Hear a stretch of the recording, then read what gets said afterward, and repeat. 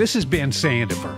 This week leading up to Veterans Day on Middle Georgia's Morning Show, Mary Therese and I featured a different veteran story each day. Because of the overwhelming positive response we had on all of these, we have put these 5 stories together in one convenient podcast. And to all our veterans, thank you for your service and happy Veterans Day. Now here's Mary Therese. Middle Georgians may recognize the name Everett Drinnen from his long career as a photographer. Maybe you recall a news photo that appeared in the Telegraph years ago with the Drinnen byline. Or perhaps Everett photographed your wedding. But you may not know the veteran side of Everett Drinnen. Near the end of World War II in Europe, 6 months after D-Day, Allied forces were engaged in a month-long battle in Belgium, Luxembourg, and Nazi Germany that came to be known as the Battle of the Bulge.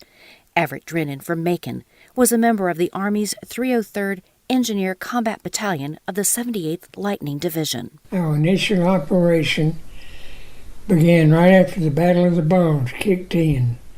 And then when the Battle of the Bulge was overcome, we moved on into Germany. And one day in early March, we got the message around lunchtime to cease all operations, load up our gear, and get to Remagen, Germany, because the bridge had been secured over the Rhine River, and we were to cross it the next morning. And we were told by our company commander just before we crossed, he said, "Fellas, get a good look at this bridge while you're on it, because you're not going to come back across it at any cost." And sure enough, 10 days after we crossed it, 2 different engineer units were on the bridge reinforcing some damaged parts, and they got on the same beam and dropped the Remagen Bridge in the Rhine River. The Battle of the Bulge was the costliest battle in terms of casualties for the U.S. Drinnen recalled one specific casualty. One morning, 3 of us were sent up into the Hurtgen Forest to plant some anti-personnel mines. And we were told to put them down the side of this road, and they were connected to a tripwire. They said, when you plant it, turn around and walk back to the road and count how many steps you take and record it. Well, Curly, as we called him, planted one, and he forgot, so he turned around and walked back to do it in reverse, which we had told under no circumstances to do. And he walked into his own tripwire, and it blew one of his legs off. And that night they were flying him to England to do some further work in the hospital there, and he passed away on the flight. And to this day, Everett Drinnen keeps a special memento from that day. I've got a dollar bill that fellow that walked into his own tripwire gave me before we started that morning. He just happened to stick his finger down in his watch pocket, and he pulled it out, and he said, "Look what I found." And he had American money, which we weren't supposed to have over there. But see, he had put it in that watch pocket and forgotten about it. So he had a $5 bill and 2 $1 bills. And he said, "I'll tell you what, fellas," said there were 3 of us. He said, "I'm going to keep the $5 bill, and Drinnen, I'll give you one of the ones," and he called Earl by name. He said, "I'll give you the other one." So I put it in my billfold, and I've still got it. I won a Swiss furlough that summer of '45, and I was down there in a shop one morning, and I pulled out that dollar bill and I showed it to the shopkeeper, and he offered me $20, equivalent of $20 for that $1. And I looked at it and I thought about it, and I said, no, that dollar means too much to me. More than 40 years after the Battle of the Bulge, Everett and Elizabeth Drinnen returned to Germany on a battlefield tour. During that tour, we went to the Henri Chapelle Cemetery in southern Belgium, and we were in the portion of the cemetery that had a number of 78th Lightning casualties, graves. I found the grave of the division chaplain whom I had witnessed the way he had left us. It really brought it home to you with what all these fellows here had gone through. And during that time, they played taps, and it brought tears to your eyes. Thank you for your service, Everett Drennan. Because of folks like you, we can live like we do today. The Folks Podcast. David Carter was mayor of Macon. He served on city council, and he ran the ROTC program at Lanier and Central High Schools for 28 years. But his military story began when he enlisted in the Army at the age of 17. Took basic training and was assigned to the assignment of a lifetime. I was assigned to General Douglas MacArthur's headquarters in Tokyo, Japan. And what a life. Being in Tokyo and the guard company, I saw General MacArthur every day. The Japanese, they took care of our clothing, shine our shoes and everything. I thought I was in heaven instead of in the Army. But then in June 1950, the Korean War broke out. I had re-enlisted, and I had already been promoted to sergeant. And word came out that they wanted volunteers for a special unit. And little did I know it was one of the first special forces units that the United States Army has ever had. And that unit was the General Headquarters, or GHQ, Raider Company. And the sole mission for that unit, we had 100 volunteers, was the destruction of enemy personnel and enemy installations behind lines. It was during Korea that the Raiders were part of an innovation involving Army helicopters. One of the medical service pilots, he decided he was going to build pods on the sides of that H-13 to carry wounded. And my unit had 2 wounded at the time, and he flew in to our position and hauled 2 wounded away. And that was the first pickup by helicopter on the battlefield, as far as I know. I don't see how there could have been any other because it wasn't invented. After the Korean War, David Carter decided to apply for Officers Candidate School. And was accepted right off, and I graduated from Officers Candidate School, infantry, and I obtained a nuclear weapons employment officer specialty. That's not very many people have that. That's back when they were talking about using small yield nuclear weapons on the battlefield. Then, after one more tour of duty in Korea, Carter was assigned to the Army Reserve Unit in Macon, Georgia. The Commander General of the Reserve and ROTC units called me in and said, I want you to go by and talk to a principal of a high school ROTC unit that's been down there for a long time, and that principal down there can't seem to be satisfied with any of the people we're sending for interview for that job. So Carter, who was then a captain, was hired to run one of the biggest and best high school ROTC programs in the country. I had 9 regular Army sergeants, good ones. It was one of the better things I've ever done in my life, being associated with. I had over 1,300 ROTC cadets. That program's drill team, the Golden Boots, won 7 national championships, along with the national title for the school's rifle team. And it was said that at one point there were more commissioned officers in all branches of the military from Lanier High School than any other high school in the country. I like to think that that's true. Many of them made major, colonel, generals, but most of them still said sir to me. But one of Carter's hardest assignments came during the Vietnam era as a local notification officer while he was at Lanier. And I was the officer that was assigned in Middle Georgia during that period of time, and that's one of the hardest jobs I've ever had, is to notify a person and that their son had been or their husband had been killed in combat, and I would try to work through that.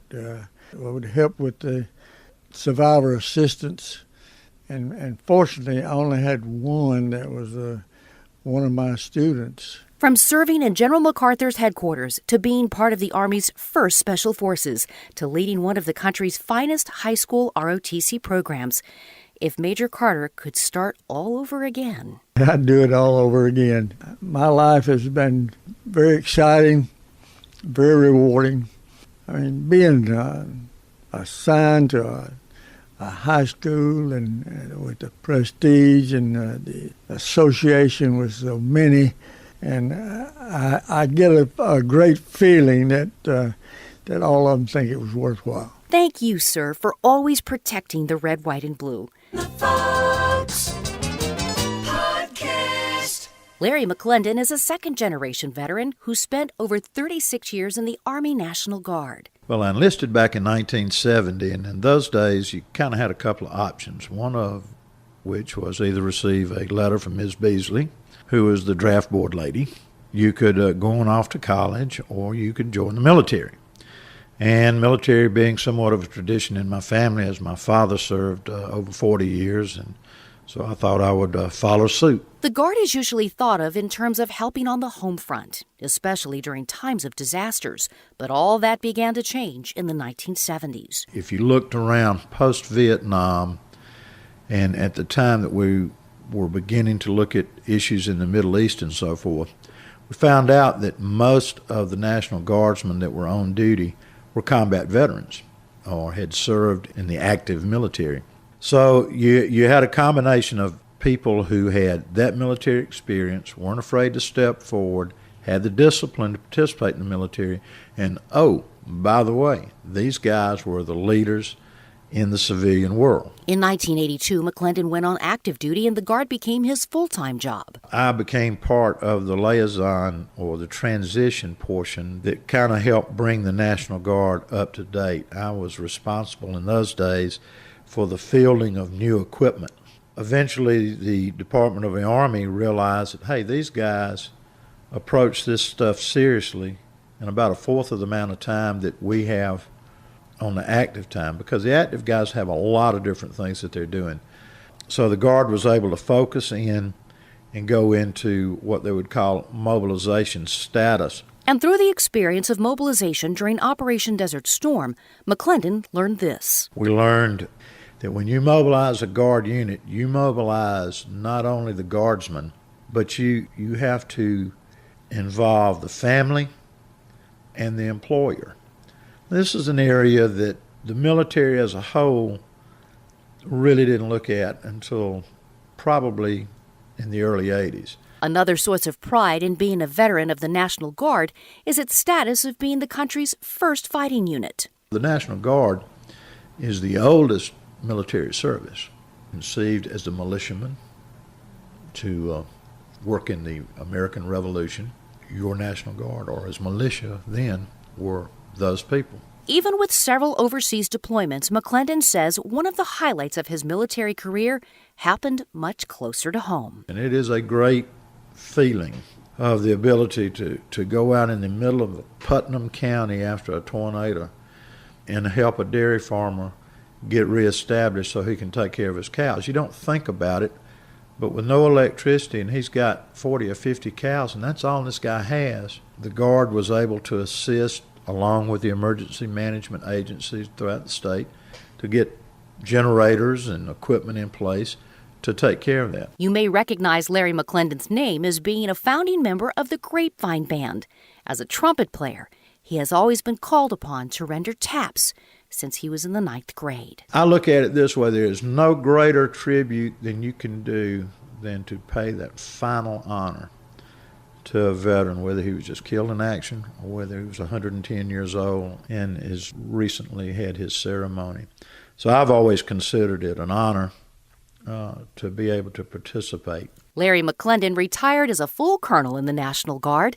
His father, Dutch, retired as a brigadier general. It was a special honor to carry on the name in the military, being part of the veteran corps, if you will. A lot of guys can sit around and take pride in their contribution to the positive things that are happening in the United States today. Thank you for your service, sir. We are the great nation we are today because of your selfless service. The Fox Podcast. Fred Johnson turned 102 years old in April. He is a retired Bibb County educator. He was the first principal of Willingham High School in the 1950s, and he is Macon's only remaining Pearl Harbor survivor and one of 6 in the entire state. I was a communication watch officer. Now, just before Pearl Harbor started, I had been on the West Virginia, and the staff moved over to the Maryland about a week before this started. And his story begins on December 6th, 1941. On the night before Pearl Harbor happened, I went ashore with some of my friends, and I'm not going to tell you everything we did, but we were having a good time.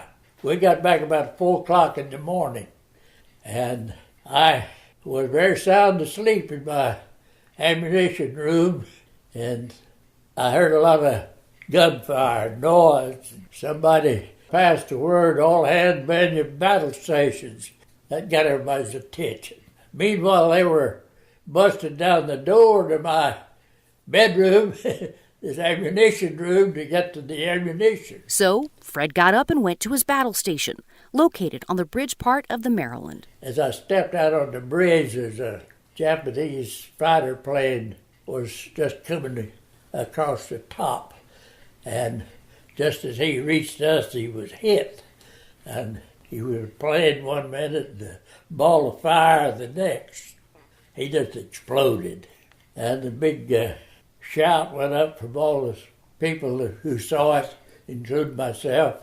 At least we were doing something. Though the Maryland suffered only minor damage, Fred Johnson has never forgotten the horror of that Sunday morning. The damage in the harbor was horrible. Nearly every ship was either sunk or on fire, or some of them both. The loudest noise I think I have ever heard in my life came when a 2,000-pound bomb hit the Arizona. That was why the Arizona was just torn apart and lost so many people.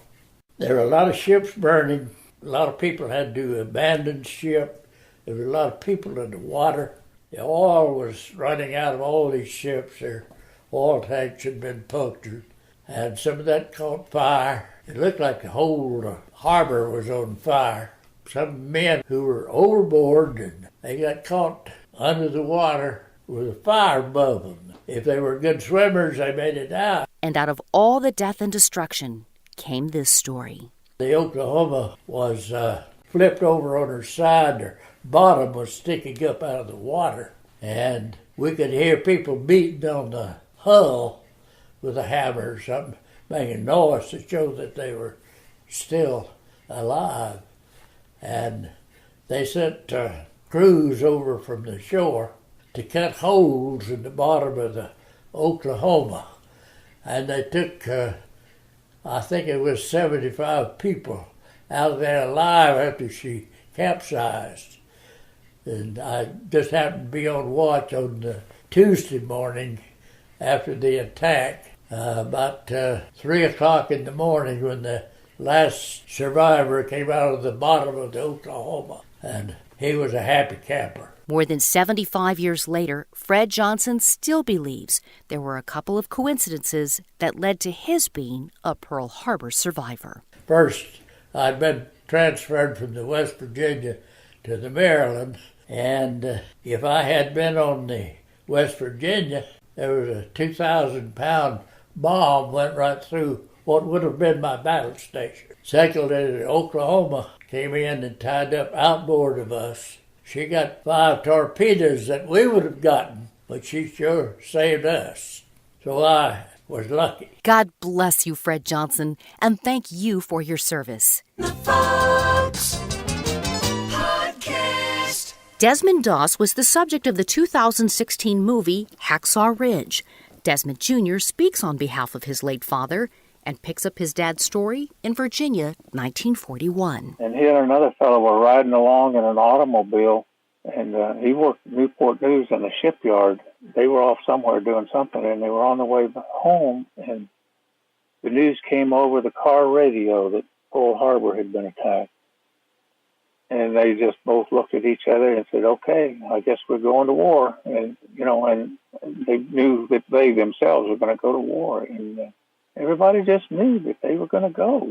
But because of his devout Seventh-day Adventist faith, Desmond Doss refused to carry a weapon. He was labeled a conscientious objector. He did not like the term conscientious objector, quite frankly. He referred to himself as a conscientious cooperator. He did not train with or carry a weapon ever. And because of that, he was ridiculed by his fellow soldiers. But that would soon change. One of the things that had been said to him was that if he got to combat, he'd never come back alive. They were going to kill him themselves. They were not happy with him. But during the course of training, he began to take care of these guys when they were in big trouble, had foot problems, and he would take care of them. And, they had him out there in the desert marching without water and stuff. And he held everything up and wouldn't allow them to go out and march until the water trucks could be provided. And, they began to understand that he loved and cared for their welfare. So by the time they got to the war, they already understood a lot more about what kind of character he had. The movie tells the story of Desmond Doss saving the lives of 75 of his fellow troops on Hacksaw Ridge in Okinawa. That was just on one day, and it was probably much closer to 100. There was 160-plus guys went up on the hill that day, and he probably managed to lower about 100 people down. But he'd been doing this for months and months. He'd been on Guam and Leyte. He'd been doing the very same thing day after day after day before he ever got to Okinawa. And because of what Desmond Doss did as a medic, he became the first conscientious objector to earn the Medal of Honor. When Truman said that, he said, you really deserve this. He had kind of a dim view of conscientious objectors and whatnot, He invited him to step closer than the protocol allowed for, and spoke to him very privately and personally and said, you really deserve this.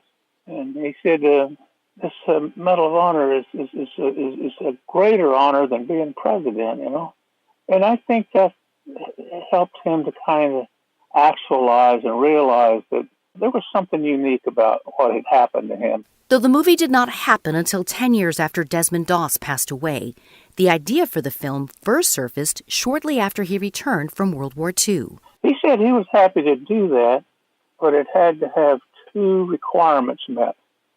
One was it had to give glory to his God, and the other was that it could not be fictionalized in any way. And of course, most people in the movie business just could not wrap their mind around that. So it went undone for years. As an only child, Desmond Doss Jr. has told his father's story for years, but especially since Hacksaw Ridge was released. Well, since this movie came out, I've been traveling on an awful lot. They had me go as far away as Berlin, and then I've crisscrossed the country so many times I've lost track. It's been quite a year. But the journey Desmond Jr. would still like to make. I would crawl across hot pavement naked to go to Okinawa. I would really, really love to go there.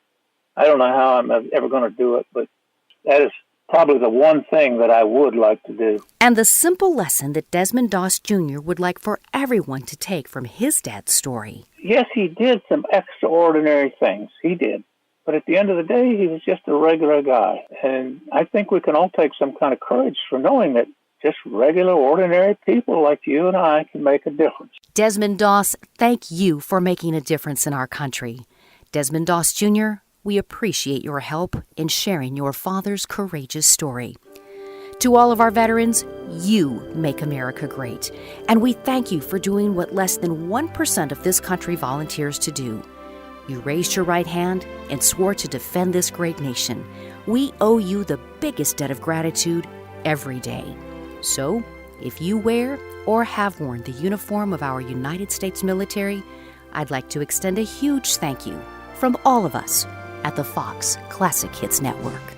I'm Mary Therese,